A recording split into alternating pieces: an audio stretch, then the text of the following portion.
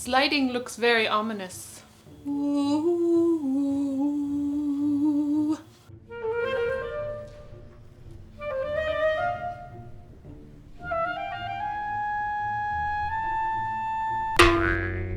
I have the captain's quarters out for the first time in a long time, all together with everything in it. And this is because I just had a meeting with the museum who wants to display this very, very soon. Little sooner than I think my brain is currently comprehending. So what I want to do is walk around this project and make a gigantic list of all the things I still need to do. And then I'm going to take that gigantic list and rearrange everything in an order, and then I'm going to follow that order until it's all done. And I think if I follow this plan, I will get to the end and everything will be a success. It's not all going to happen in this video, but hopefully we can get pretty far. So I hope you'll join me. Without further ado, let's get started. Actually, you need to find a clipboard. I have a clipboard somewhere.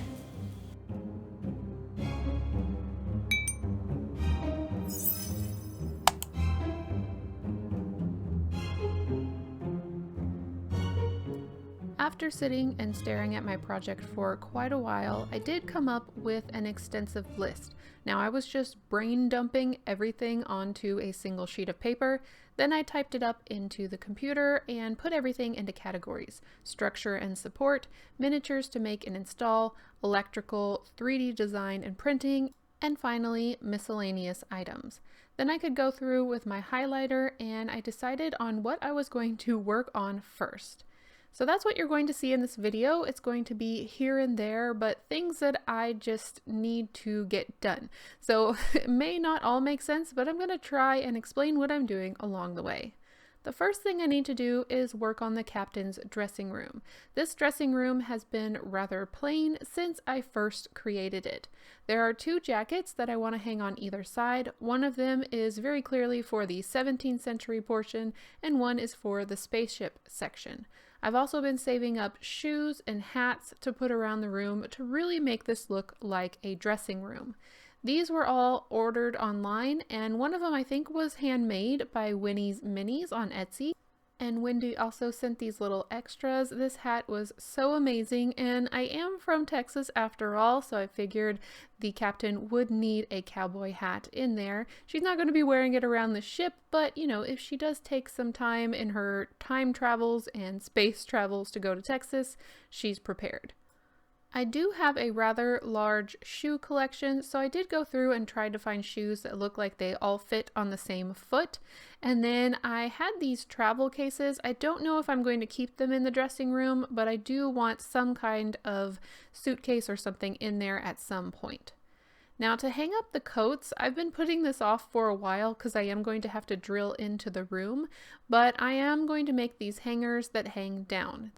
The idea of the room is that the closet is automatic and the captain can just call forth whatever she wants to wear, kind of like that really cool closet in the movie Clueless, but spaceship themed. So I am going to be gluing these very lightly onto the hangers. I don't want them to be permanently glued. I'm just adding a little dab of glue to take hold, and this will keep the coats hanging in place. Now I'm going to use my hand drill to drill into the roof of this area very lightly, and then I am going to hang these by just bending the end of the wire and then putting them into the hole that I drilled. I did feel like the captain's space coat, the arms were sticking out kind of in a strange way, so I added some wire inside to make the arms look like they have a little bit more weight. Fabric often doesn't have the right weight in miniature. The hanging wires were still not looking quite right to me, so I added some of this tubing over the top of it, and I feel like that's looking a little bit more, I guess I would say machine-like or dry cleaners-like. I don't know, I'm just trying to figure it out as I go along. But now I have the two coats hung up, and as you can see, the room still looks very plain. So I'm going to add in the suitcases. As I said, I might change those out later to be something more 17th century looking or something more modern looking. and then I'm adding in the shoes and the hats. I also decided I wanted to add in some clothing that perhaps the captain was a little too lazy to put back on the hangers and put away. So I grabbed some fabric out of my collection, and I'm going to do the lazy way of draping these fabrics, which is a lot of hot glue. So I'm just going to hem the fabric so that you don't see any of the raw edges, and then as I'm shaping it, I'm adding some hot glue to the back, and I'm using a 1, 2, 3 block for me to squish the fabric down onto and fold it over. As I'm doing this very carefully so that I don't burn my fingers, I'm adding glue as I go along, and eventually this will hold its shape. Once I'm happy with how it's sitting on the 1, 2, 3 block, I can add on a bit more fabric to make it look like there's quite a pile of clothes going on. And I'm just doing the same process of hemming the edge and then adding it on with some hot glue. So now that I have my little pile of clothing, I can pet Stormy, who was very interested in why I was standing over here. I can add it into the space. Now I did have this rug in my collection, and I wanted to add something in here to kind of show this is the entrance to the captain's quarters. It was looking a little too nice and new, and I have all these cool antiques in the captain's quarters, so why not make this look antique as well? I found a reference online, and I think it's a really cool rug, and I'm thinking maybe I can make it resemble this rug that was made in 1923, which is also cool because that was exactly 100 years ago to the date that I'm going to be finishing the captain's quarters in 2023. I started by first aging the white fibers that are sewn into the rug, and instead of sewing the pattern onto it, I just decided to paint it.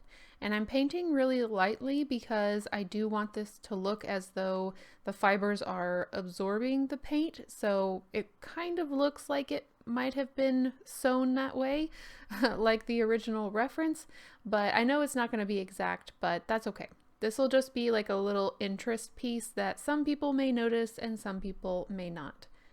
When I was looking at the reference, it was really hard to see the white sails, but they are there. And then there were these white little wave caps that I thought were really cool. I just liked the folk art vibe of this rug, and I really liked that the rug maker signed it. Although I am signing it with my own name, I'm kind of stealing his design, so I'm very sorry, Ian. I also wanted to include the really cool detail where the yarn color changes in the 2-3 in the 1923. And then instead of writing whatever was written earlier, I wrote Captain's Quarters on the side. So now I'm going to let this dry thoroughly in front of the fan, and then I can put it into my project. I like this so much more. I think it's way more interesting. I do think I might age it a little bit more since it's kind of a similar color to the floor of the changing room or the dressing room, but this is how it's looking at this moment. It's kind of hard to know how much to add in here because it also works as a hallway, but we'll see. We're going to move on now to a project which is a bit more destructive. You may remember in a past video that all the lighting I put into my ship display went out. It completely burned out when we were trying to change the fairy lights over to something that could be plugged into the wall. That ended up not being a good idea because we started to hear a popping sound, we started to smell smoke, so we unplugged everything immediately and decided to fix it in the future. Well, that future is today. I now need to remove all of the burnt out fairy lights and replace them with new LEDs. When I first put these in, I put them in with electrical tape, which worked really well. They stayed put really well. And making that removable panel so that I could get to the electrical tape on the side was a really good idea. You can see the burn marks and the absolutely burnt out bulb here on the foam board. As I'm removing each fairy light, I'm making sure to use a Sharpie to circle where it came out of. This is really ripping up the foam board, so I was afraid if I didn't mark out where everything needs to go, I might miss one. As you can see, the wire goes into a compartment that goes on the back. I have this covered in vinyl, but now I need to cut into it. I'm not too upset about this having to happen because I do want the back of this project to be a little more interesting. Originally, I didn't think anyone was going to see it, but now they are going to be able to see it, and it's just kind of plain and boring. So in order to get to these lights, I had to cut a larger and larger hole, as you saw, then I could pull them out. I plan to make a cover for this hole that allows this to be a little bit see-through, so I am going to be painting the interior black, so now I'm just using a pencil to remark where those holes are going to go. These are the LED lights that Mr. Technology thinks will work for this area. He told me to go ahead and put them into the holes that's going to be above each of the ships in the display area, and then I am locking them in place with some hot glue. I'm going to do this for both sides, and now it just kind of looks like it has some little hairs sticking out on the side and the back of the project. Mr. Technology is going to step in from here, and he is going to extend the wires. I did watch him pretty closely because I plan to do more of my own soldering in the Beetlejuice house, but he did the soldering for this one because I am on a time crunch. So he's going to be using some flux, that's the brown gross looking stuff, over the wires, and then the solder is going to follow the flux and cover the wires. Then we use shrink wrap over the connection and the wires were extended. Now they can fit all the way around the back into the back cavity. This is going to be important because that is where they're all going to connect up. I'm using electrical tape once again to tape all the wires down flat against the side. This is so I can again use my removable panel and cover these up so that you cannot see them once everything is done. So this was a great idea in the beginning. I highly suggest removable panels where you know there's going to be wires. This green thing is called a power distribution block, and this is what all the LEDs are going to hook into, and you can see the large black wire coming out the end. That is what's going to hook up to the rest of my lights. Mr. Technology did cover the back with some kind of goop. I don't know what it is, but he said that's going to keep it from shorting out. So I'm just trusting him. He knows what he's doing. I'm going to be attaching this with some Velcro, so if we need to pull the power block out to work on something, we can. So it's going to sit right in the center of this hole I created, and it is going to be visible once everything's done. You can already see a couple of LED lights that are screwed into the power distribution block, and now we're going to attach everything else. Mr. Technology said he would not suggest this for like big doll houses that need a lot of lights, but this was a good solution for this small project. Then it was time to see if it was working. Oh my gosh, it looks amazing! It had been so long since I had seen these lit up with any amount of brightness. I know they look really yellow on camera, but it looks a lot better in person. Now it's time to hook up the rest of the lights so we can finally see everything lit up. At that point, Mr. Technology's work was done and my work was set to begin on closing up this little cavity. So I decided to leave 2 LEDs shining because I do want there to be some light inside. I laser cut this panel, which is going to cover this up, and I'm going to be using my same magnet and pin nail technique I've been using on the Beetlejuice house here. This is going to allow this panel to be removable, so if we do have to work on the lights again, I don't have to cut into my project anymore. Here you can see the pin nails nestled into those areas, and they are going to be covered by another sheet of mat board. Then I could cut into my project and add the magnets. I was afraid because of the vinyl I wouldn't be able to glue paper over the magnets like I did on the Beetlejuice house when it was going directly onto foam board. So I'm using some more of that really sticky electrical tape, and I'm hoping this will stay stuck to the vinyl and cover up the magnets so they won't ever get pulled out. The first test fit of the panel worked really well, so then I could add the grate. This grating is the same stuff I have used for the walkways. It's actually for like cross stitching. I just glued it on with some hot glue, and then I could paint the entire thing black and add some silver so it goes with the metal aesthetic. Now it is complete and I have a finished panel that fits on the back of my project. This is going to make the rear view of the project so much more interesting. You can see here it looks like wires and all sorts of things going on inside of this cavity, whereas before it was just a plain blank wall. So now I have the lights finished, I have the panel finished, and I am so happy with being able to wrap up this part of the project. Now it's time to work on the structure. I have been putting this off for a while just because I didn't know how I wanted it to look, but I have to work on the structure to continue working on the lights. I created these truss beams quite a while ago, and I've just always had them sitting to the side because I did not know how I was going to cut them up. And I didn't want to cut them up too soon and then regret it and have to remake them. They were quite a pain to create. But now that I have these aluminum structures on either side of the 17th century portion, I know where I'm going to put them so I can start cutting them to the size that I need. I'm using a pair of flush cutters that can cut through the mat board that these beams are made out of. Then I'm putting them into place and making sure that they fit. I'm going to have two large beams that stretch along the length of the project, and then I'm going to have shorter beams that stretch between the two larger beams. They're going to connect the pieces and also help me hold up some of the lighting that's going to be above the captain's quarters. When I first put them together, I'm going to use some hot glue just to kind of very quickly weld them together in place. The reason I'm doing this is so I can transfer it over to my desktop where it's much easier to work on these pieces. I'm adding a little more hot glue in places that were just kind of wobbly, but now I can start to really put these pieces together with some stronger glue that I know is going to withstand the test of time. I also need to rebuild the end of the trusses where some of the structure was removed during the cutting down process. I'm using some strips of wood in order to rebuild these. I'm just putting them back in place, making it look like the end of the beam.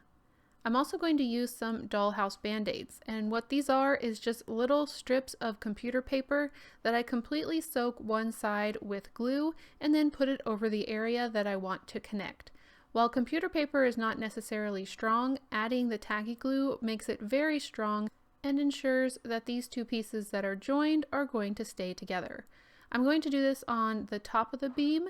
They're very easy to help form to the shape, which is another reason I like doing this method. And I'm also going to flip over the structure and do this on the bottom as well.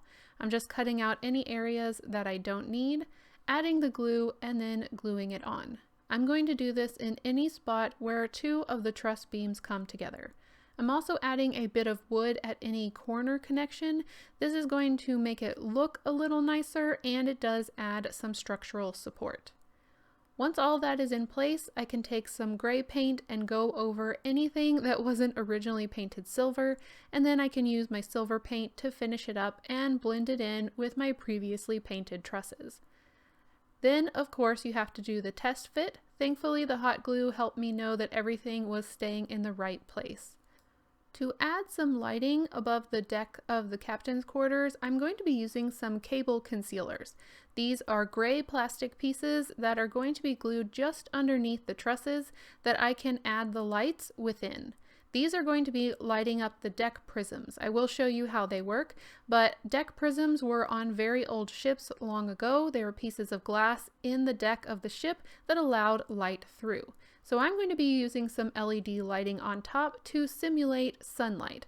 First thing I need to do is figure out where all of my cords are going, plug everything in to make sure I'm happy with how I'm connecting these LEDs that are going to be the deck prism lights. These LED lights are really easy to use, however you do have to do a bit of planning on how they're going to get to the spaces you need them. So the first place I want to light up is behind the stained glass windows. So I'm adding this strip of LED lights inside the cable concealer and deciding where I want it to go. I'm going to put this light slightly underneath the stained glass window. It would make more sense to put it above to simulate sunlight, however there's no room, so I am going to put it below, and hopefully in the future I can add some diffusers to diffuse the light a little bit. I'm going to add some more structure onto my aluminum pieces, and this is going to be just a little shelf where I can glue the cable concealer on, and this is going to help hold up my light. Then I can move the structural piece back into place and then glue on my cable concealer. So the first thing we need to do is make sure the light looks pretty decent on the stained glass windows. They're a little bright in the camera, so I'm covering it up for you, but I do like how it's looking, and for the first time in a long time, the stained glass window is looking bright. This light string is going to link up with the warm lights that light up the interior of the captain's quarters, and then those lights are going to link up to these upper lights, which I can now start to install. I'm doing the same process of adding hot glue so I can temporarily get them in the right spot, and then I will better attach them later down the line. But here's this length of lights being connected up. I can connect one to each other, and they're just going to snake back and forth across the top of the captain's quarters, lighting up the deck prisms below. So here's a sneak peek at how they're looking. The deck prisms are just made of resin mixed with some pigment so that they would look interesting inside the cabin and add a little bit of light. Not too much light, really it would still be very dark if I didn't have the other lights lighting up this area. At this point, I ran out of my LED lighting, so I had to wait a day while I ordered some more. I will put a link to these in the description box below if you're interested in checking them out. But once I had more lights, I could continue working and linking them together. So here's one final look at the deck prisms underneath. The one above the bookcase looks so cool. And I'm so thankful for this suggestion in the comments to add these in. I think it's such a cool piece of history to actually now have functioning in the captain's quarters. As I mentioned earlier, I was only temporarily attaching these lights with hot glue, so now I need to attach them permanently. I got them fairly straight, however one is a little bit crooked, but when I looked at the top of my captain's quarters, the deck prisms are a little bit crooked too. I want to conceal some of the LED lights, so I'll be working on that at the same time that I'm trying to support them on the trusses. My plan is to drill through the sides of the cable concealers. I was going to use a hand drill, but I realized that was going to take much too long with how many holes I needed to drill, so I used my Dremel. Now that those were drilled, it was really easy to use some Christmas ornament hooks. I'm going to thread them through the two holes, one on either side of the cable concealer, thread it up through the truss, and then use a pair of pliers to crimp it together. So now I have it permanently attached to the truss. The glue is still holding on, but I don't have to worry about that coming off or dropping down on top of my project. The cable concealer package comes with these extra little bits to help you conceal your cables against the wall. However, they do look like cool spaceship parts or some kind of tubing, so I am just adding these around the LED lights and sticking them onto the ends. The last string of LED lights I wanted to attach to this specific string of lights is going to be at the very back of the captain's quarters. It's going to be lighting up the back stained glass windows, which currently are very dark. So I have one last cable concealer that I'm temporarily putting in place with hot glue, and I'm doing the same thing where I'm putting it up underneath the stained glass windows. So here you can see them light up. Well, you can really just see one back there above the captain's bed. But finally, those stained glass windows are able to be seen, and I am loving this so much. I really feel like all the work I put in early to this project is finally going to be able to be seen with all the lighting that's going around it. Once I was happy with its placement, I could remove the central piece and then reinforce the cable concealer. I'm just using some small bits of wood and some glue to put it up underneath the bottom edge so that it is angled up at the stained glass windows. Now I can move on to these flimsy floors. I have been using just this cross stitch grating for quite a while, but it was really flimsy, and anything that sat on these floors made a dent in the middle. So I cut some mat board supports, which you can now see sitting underneath it, and I need to add those in. At first I only had one layer of mat board, but that was still a little bit too flimsy, so I am doubling it up with glue in between, and the wood glue that I'm adding is also going to add a layer of stiffness to help with these floors. Once that was glued together, I could paint everything black. I'm painting both sides at the same time to reduce the amount of warping that might happen by adding moisture into the mat board. Once that's done, I'm adding a ton of glue because I want this glue to seep in between the holes in the plastic grating, and then I'm just going to add this on top. I was really surprised at how quickly and how well the tacky glue held onto this plastic. It was almost an immediate hold, and I had a hard time scooting it into place, centered on top of the mat board. I allowed it to dry, and I was a little worried that you'd be able to see the tacky glue through it. You can still see some of the wet spots that are white, but once it's dry, you can't tell at all. I now need to add some of these 3D printed I-beams that I created quite a while ago. I 3D printed these. They are layers horizontally, so it should be pretty easy to cut it with my easy cutter to the right size. These are going to be glued straight onto the bottom of the floors. They are not going to connect with the aluminum beams. However, because they are a very hard plastic, it's still going to help keep these floors from drooping in the center. The other thing they're going to do is keep the floor centered in between the beams so that they are made sure to stay in place and not move. Here you can see them underneath, and then when I move the camera underneath the entire floor platform, you will see that it looks like the I-beams stretch from aluminum piece to aluminum piece, and it looks like they are attached, but they're not. Now we can test this with the cat tree that was sent in by Veronica. It's a rather large piece. I want it to go over in this area, and before I had to kind of precariously put it onto the floor, but now the floor will hold all its weight, and I'm so happy with the results. The final project I'm going to work on today is the crow's nest. In a video posted, I have no idea how long ago, many of you mentioned having other parts of the 17th century ship around. And so I want to have the crow's nest and the figurehead that would have been part of the ship somewhere in my display. I originally made mock-ups of these, so a mock-up of the crow's nest so I could see the size and figure out where it's going to go, and a mock-up of the figurehead. I really like the size and the shape of the crow's nest, so I thought, why rebuild it? So I'm going to attempt to take my very rough cardboard mock-up and turn it into a final miniature that's going to go into my project. So let's figure that out now. Here is my very rough mock-up. As you can see, it's made out of a tape roll and several different pieces of cardboard. I have a center wooden dowel that I may or may not continue to use. The first thing I'm going to do is cover the outside edge with some wood pieces. This is going to give it a more realistic look as if it was made from wood. This process is going to be made easier by cutting it with my easy cutter. I always have questions about this, so I will link it down in the description box below if you want to check out this tool. However, this process still does take a long time to fit each piece. This is kind of a wonky mock-up, as you will continue to see, so I did have to do each one by hand. Thankfully, this is supposed to be a centuries-old crow's nest, so if it's a little lopsided, that is okay.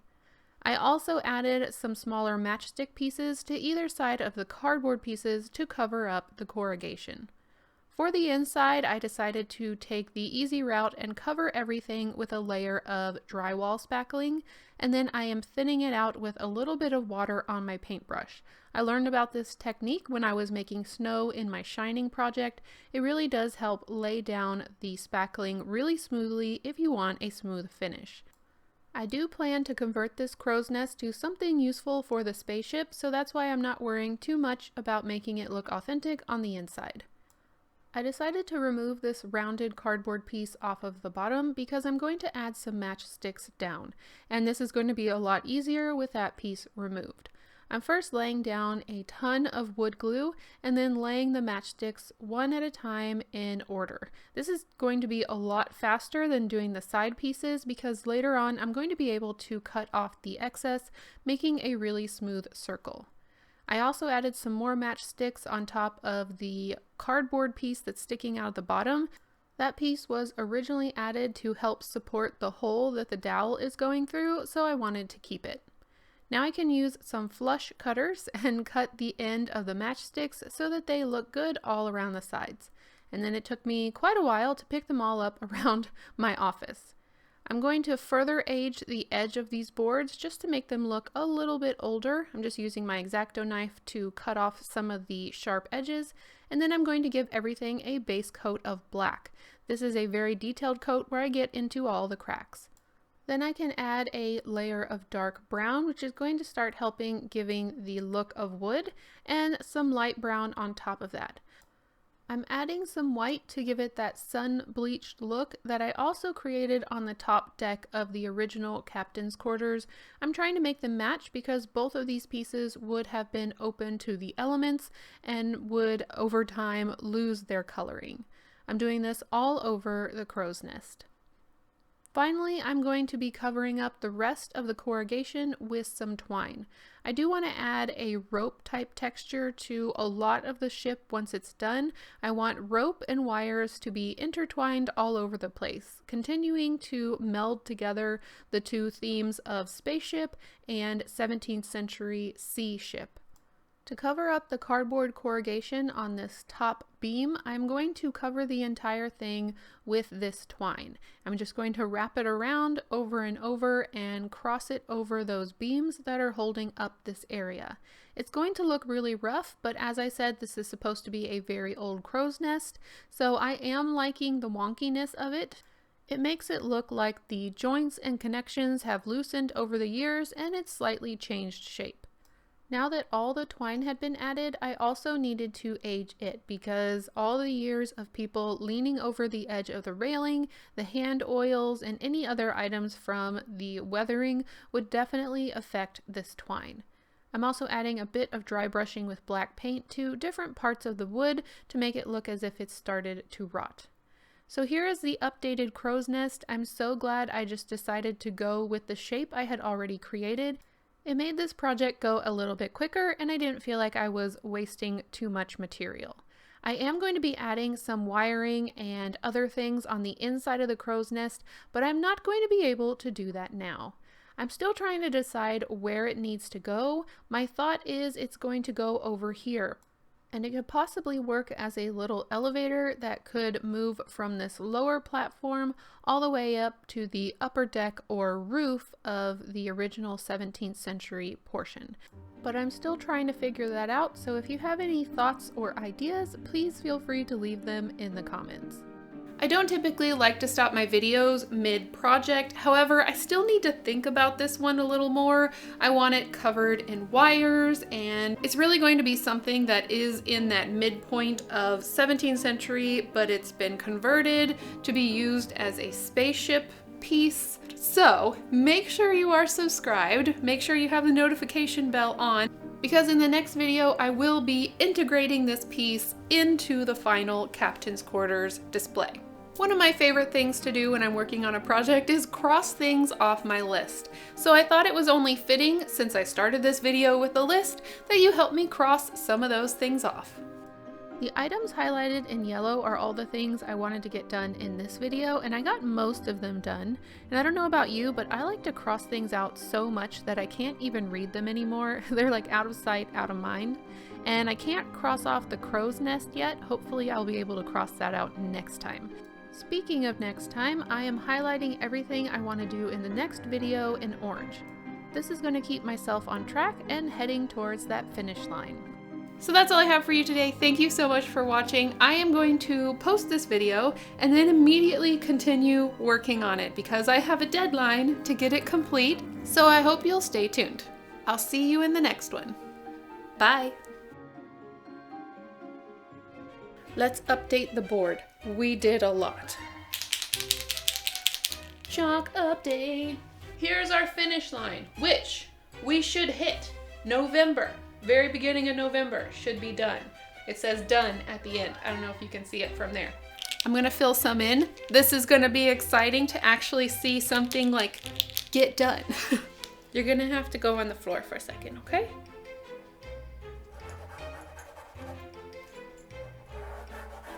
We're just gonna keep filling in this chart until it hits the end. I'm so excited. It's gonna be so fulfilling to actually fill up an entire bar for the first time on this board since I bought it for this purpose. Yay!